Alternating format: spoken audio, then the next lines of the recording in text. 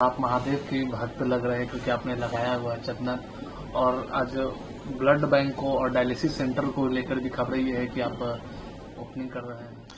अब चूंकि सावन का आज अंतिम सोमवार है और हमेशा समाज के प्रति हम लोग को सोचते रहना चाहिए, और आज महादेव का दिन है, इससे अच्छा कोई दिन क्या हो सकता है। तो आज हमने ज़रूरतमंद लोगों के लिए डायलिसिस सेंटर की स्थापना कर रहे हैं, ताकि वहाँ पे बढ़िया क्वालिटी का डायलिसिस मशीन, जर्मनी से मशीनों को इंपोर्ट कराए हैं लोग, और उनको वहाँ पे लगा देंगे। क्योंकि किसी की किडनी अगर फेल हो जाती है तो हफ्ते में उसको 3 बार डायलिसिस करना होता है, तो उसकी, और एक मिडिल क्लास इंसान हर महीने उसको 50,000 देंगे, नहीं तो सामने मर जाएगा बेचारा, तो काफ़ी दिक्कत हो जाती है। तो हमने डायलिसिस सेंटर के लिए और ब्लड बैंक के लिए भी हमने इसमें प्रोसीड कर दिया। आई थिंक नवरात्रि का पहला नवरात्रि हम लोग ब्लड बैंक की स्टार्ट कर देंगे, और लक्ष्य है कि उसको एशिया में सबसे बड़े लेवल पे लेके जाना है, ताकि गरीब इंसान ना भटक सके। और आज सोमवार है, और चूंकि हम शुरू से ही रहा है, इस सब चीज़ों में हमारा लगाव रहा है, और इसका एक कारण भी है। एक बार क्या हुआ था, बहुत साल पहले यहाँ हम सोफा पे ही बैठे थे, और ये देखिएगा अब आपको, तो ये मेरा सोफा है, इस पे हम बैठे थे, और ऊपर महादेव की तस्वीर लगी हुई है। और जब बम चलाया था सब ना, तो इस दीवार के इसी सोफा के गद्दे पे लग गया था, ये वाला सोफा नहीं था वहां पे, इस पे। तभी से हमको लगा कि नहीं, महादेव हमको बहुत मानते हैं, तो इसलिए उन्हीं का दिन सबसे अच्छा लगा। तो आज ही के दिन हमने इसकी घोषणा कर दिया, और अब इसको देखते हैं कैसे महादेव ले जाते हैं आगे। खान साहब लगता महादेव के भक्त हैं। हमको सबसे अच्छा जमता है सबकी रिस्पेक्ट करनी चाहिए। आपने बोला कि एशिया का नंबर 1 बनाएंगे ब्लड बैंक और डायलिसिस सेंटर। देखिए, हमको ना इसको हर डिस्ट्रिक्ट पे ले जाना है, क्योंकि गरीबी किसी एक जगह पे नहीं है। तो धीरे धीरे करके हमको हर डिस्ट्रिक्ट पे लेके जाना है। स्टार्टिंग पटना से करेंगे, और उसके बाद वहां से हर डिस्ट्रिक्ट तक ले जाएंगे। और ब्लड बैंक को भी हम लोग ने लगभग हर डिस्ट्रिक्ट पे अवेलेबल कराएंगे। और खास करके अगर आप देखेंगे तो बिहार में तो अलग अलग ही है, बनारस में भी बहुत ज्यादा ब्लड का डिमांड होता है, क्योंकि बनारस के पास मेडिकल इंफ्रास्ट्रक्चर ठीक है, तो अगल बगल के लोग भी वहां जाते हैं इलाज कराने के लिए, बट वहां उनका कोई परिचित नहीं मिलता है। खास करके पटना में भी गांव से कोई आते हैं तो उनका कोई परिचित नहीं मिलता है, तो उनको ब्लड की बड़ी किल्लत हो जाती है, बेचारे रो देते हैं लोग यहाँ।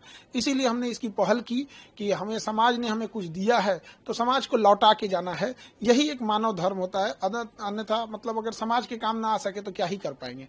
और इसको धीरे धीरे हर एक डिस्ट्रिक्ट पे ले जाएंगे, ताकि कोई भी इंसान को एक भलाई हो सके, उसको समाज को एक अच्छा आउटकम मिल सके। खान सर, आप शिक्षक के साथ साथ आप समाज सेवक भी बनेंगे, क्योंकि एक समाज का अच्छा कार्य होगा। शिक्षक को हमेशा समाज को लेके ही चलना होता है, क्योंकि कहा जाता है हम शिक्षकों के बारे में कि हमारे गोद में निर्माण और विनाश दोनों पलता है। यदि हम बच्चों को अच्छी रास्ते पे दिखाएंगे तो कल को बच्चों में से भी एक लाखों बच्चे पढ़ते हैं, कोई प्रेरित होगा। तो छोटा मोटा ऐसे ही करके हम जब एक दूसरे का जब सहयोग करेंगे तो बहुत आगे जाएंगे।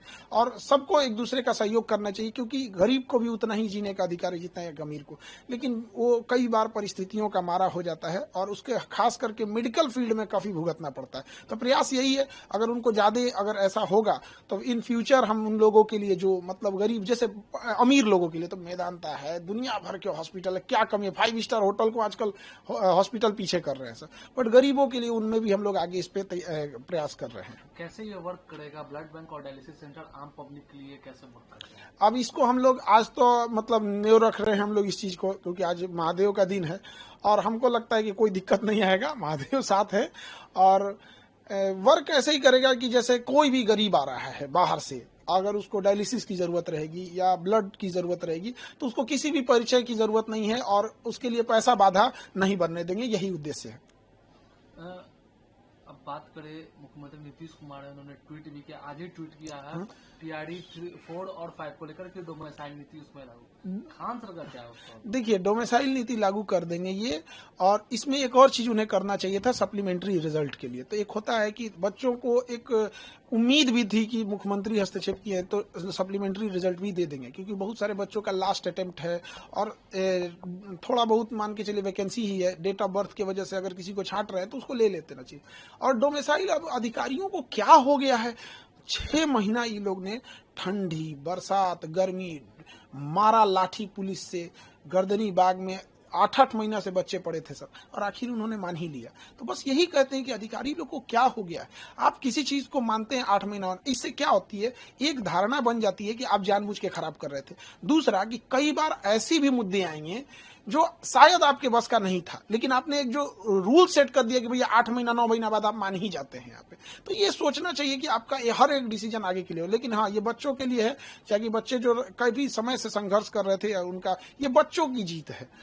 ये चुनावी साल है, तो इसलिए नीतीश जी ने भी या हाँ, जो भी अब इसमें सप्लीमेंट्री भी दे देते तो बड़ा दिल से धन्यवाद करते, क्योंकि बड़ा रोते हैं सब बच्चे आके। अब बताइए 25-30 हजार की नौकरी के लिए कोई बड़े घर का बच्चा तो आएगा नहीं। तो ये सभी चीजें हैं, थोड़ा इसमें ज्यादा और सीरियस सोचना चाहिए।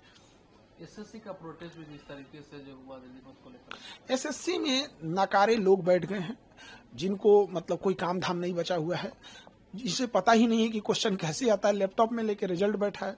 पुलिस का बर्ताव भी बहुत गलत था। हमारे एक शिक्षक को एक अमानवीय भाषा बोली गई पुलिस के द्वारा। पुलिस भी ना भूले कि हम लोग भी पढ़ा रहे हैं बच्चों को, और हम अपने लिए नहीं लड़ रहे हैं।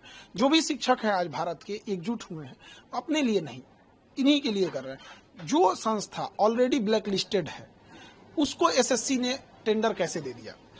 मध्य प्रदेश में एडीक्यूटी को ब्लैक लिस्टेड श्रेणी में रखा जा रहा है। अब वो एडीक्यूटी यूपी और बिहार में एंट्री मारने के लिए सोच रही है, तो उसे यहां भी रोकना चाहिए और उस पर दोबारा विचार करना चाहिए कि बच्चों के भविष्य के साथ न खेले। एक अंतिम सवाल है खान सर, पूरे देश में भी जितने भी वो प्रोटेस्ट चल रहा है एसआईआर को लेकर, चाहे वो पार्लियामेंट को लेकर और विपक्ष सभी लोग कर रहे हैं, कि क्या लगता है जिस तरीके से चुनाव आयोग में जो ये समय भी चुनाव, बिहार में भी चुनाव भी साल है यहाँ पर, तो खान सर का क्या रहेगा एसआईआर को लेकर? देखिए, चुनाव आयोग हो गया, सुप्रीम कोर्ट हो गया, ये जो संवैधानिक संस्थाएं होती हैं, ये राजनीति और पार्टी दलगत चीजों से ऊपर होती है। तो इनको कहीं ना कहीं इससे देश का भी साख जुड़ा होता है, तो इन्हें स्वतंत्र रूप से काम करना चाहिए। और थोड़ा मीडिया को भी इसमें सजग होना चाहिए। क्या है कि मीडिया चुनाव से पहले ओपिनियन पोल दिखाने लगती है, तो आप जब 2 महीने से किसी चीज को दिखा रहे हैं कि ये जीतेगा, ये जीतेगा, ये जीतेगा, फिर चुनाव के दिन अगले दिन एग्जिट पोल दिखाने लगते हैं, फिर अगले दिन विश्लेषण करने लगते हैं। अब एक जो इंसान, एक साधारण इंसान घर में टीवी पे देख रहा है 2 महीने से फलाना पार्टी जीतने वाली है, जीतने वाली है, अचानक जब कोई दूसरी जीतेगी तो क्या बोलेगा? तो एक चुनाव आयोग पे इस पे रोक लगाना चाहिए कि भाई आप क्यों एग्जिट पोल दिखाएंगे, वो तो अपना ही रिजल्ट दे देगा यहाँ।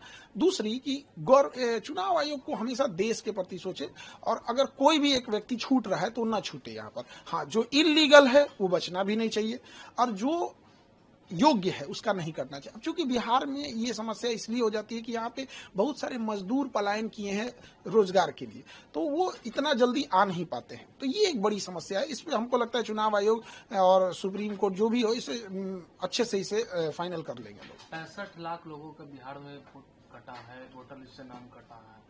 देखिए, ये वो लोग भी हो सकते हैं, इसमें मिलाना पड़ेगा कि वो 65 लाख लोग क्या पिछली बार वोट दिए थे लोकसभा में, तो ये भी तो एक चुनाव आयोग पे भी और एक भारत की छवि पे भी जाएगा कि आप एक इलेक्शन में उनसे वोट डलवा रहे हैं, एक इलेक्शन में कटवा रहे हैं। तो इसमें ये बात राजनीति और ये सब चीजों की नहीं है, एक वर्ल्ड हमें किस नजर से देखेगा, फिर हमारी रैंकिंग लोकतंत्र में कहाँ जाएगी। तो हमेशा ऐसा स्टेप होना चाहिए कि देश सर्वोपरि होनी चाहिए, राजनीति दल ये बाद की चीजें हैं, देश रहेगा तो सब रहेंगे। तो ये बड़ी जिम्मेदारी आती है, खास करके सुप्रीम कोर्ट, चुनाव आयोग जैसे निष्पक्ष संस्थाओं की ये जिम्मेदारी बन जाती है।